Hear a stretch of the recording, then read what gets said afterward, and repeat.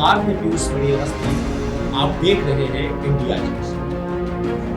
राजधानी लखनऊ में आज से ठीक 20 साल पहले पेपर मिल कॉलोनी में एक घटना घटी, या यूं कहें कि पेपर मिल कॉलोनी में एक हत्या हो जाती है।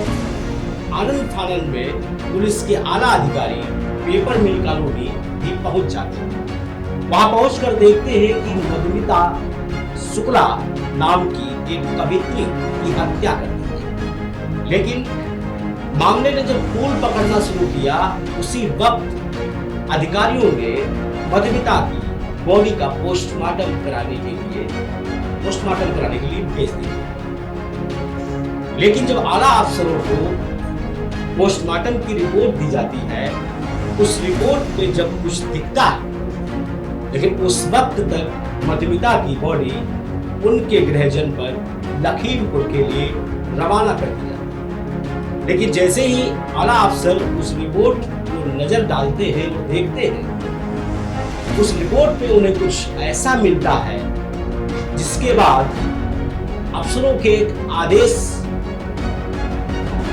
का आदेश होता है और रास्ते से ही मधुमिता की बॉडी वापस बुला लेती है। आप समझ रहे हैं कि मैं क्या?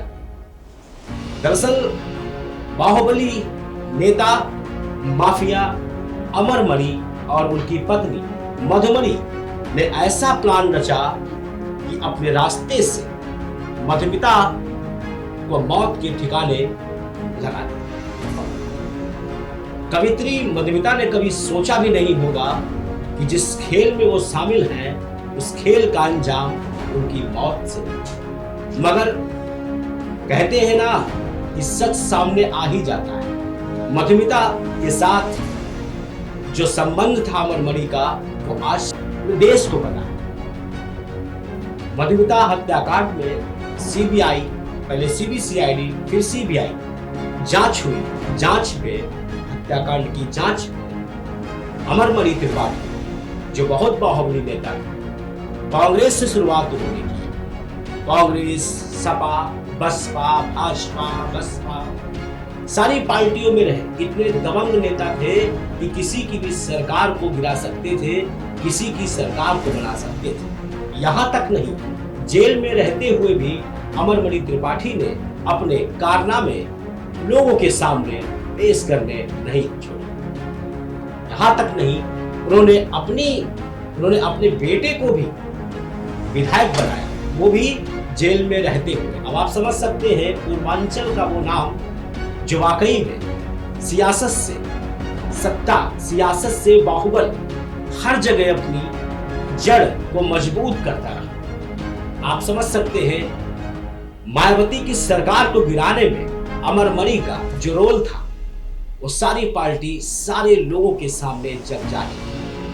अब आप समझिए कि उसी अमरमणि को अब सुप्रीम कोर्ट रिहाई करने की बात कर रहा है। हालांकि मधुमिता हत्याकांड में मधुमिता की जो बहन है निधि शुक्ला, उन्होंने आपत्ति दर्ज कराई। लेकिन राज्य सरकार ने एक आदेश पारित किया है जिसमें यह कहा गया है कि 20 साल से जो कैदी बंद है, उनके आचरण को देखते हुए उन्हें रिहाई दे दी, जिसपे मधुमिता की बहन निधि शुक्ला ने अपना वीडियो जारी किया है। पहले तो आप ये वीडियो देखिए। मैं निधि शुक्ला, बहन मधुमिता शुक्ला, आज मैंने जब सुना कि अमरमणि और मधुमणि की रिहाई की बात हुई है, आदेश हुआ है, राज्यपाल महोदया ने किया है, तो मुझे बहुत हैरानी हुई। क्योंकि उत्तर प्रदेश सरकार को और महामहिम माननीय राज्यपाल को 15 दिन से बराबर हम इस बात की पत्र द्वारा और मेल द्वारा हम सूचना दे रहे हैं कि सुप्रीम कोर्ट में याचिका फाइल हो चुकी है, एक्सेप्ट हो चुकी है और 25 तारीख को 11 बजे सुनवाई है।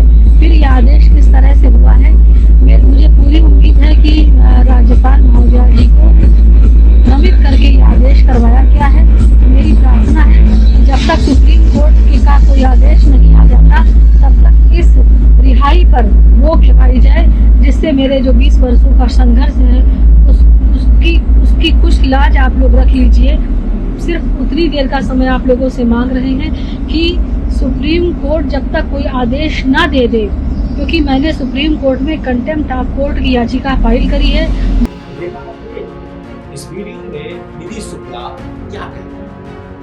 मतलब आप समझिए, सारा खेल राजनीति। यूपी में गुंडों की खैर नहीं, यूपी में गुंडों के लिए ठिकाना नहीं, फिर भी एक इतने बड़े गुंडे को जेल से रिहा कराने के लिए राज्य सरकार खुद कह रही। अब आप समझिए, अगर ये जेल से बाहर आएंगे, इनके कारनामे क्या हो, ये क्या करेंगे आकर। इनके बेटे पे खुद एक मामला चल रहा है, उन्हीं की पत्नी को लेकर। आप समझिए कि पूरा परिवार जिस तरह से, पूरा परिवार ही इन सब मामलों में कैसे संलिप्त रहता है। हमारी बात सिर्फ इतनी कहनी आपको है कि अमरमणि त्रिपाठी भले ही 20 साल से जेल में बंद हो, मगर मधुमिता हत्याकांड के बाद, कवित्री मधुमिता हत्याकांड के बाद अमरमणि सियासत और अमरमणि का जलवा, अमरमणि की ताकत 20 साल के अंदर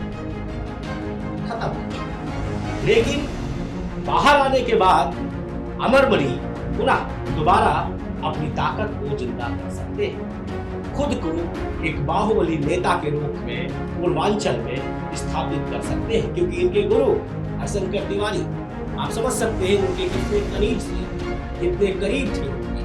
और आज इनकी रिहाई को लेकर हर जगह चर्चाएं हो रही हैं। अगर रिहा होते हैं तो क्या होगा, ये देखने वाली बात होगी। लेकिन हम आपको इस खबर से पल पल अपडेट करते रहेंगे। खबरों से जुड़े रहने के लिए सब्सक्राइब करें हमारा चैनल इंडिया जंक्शन।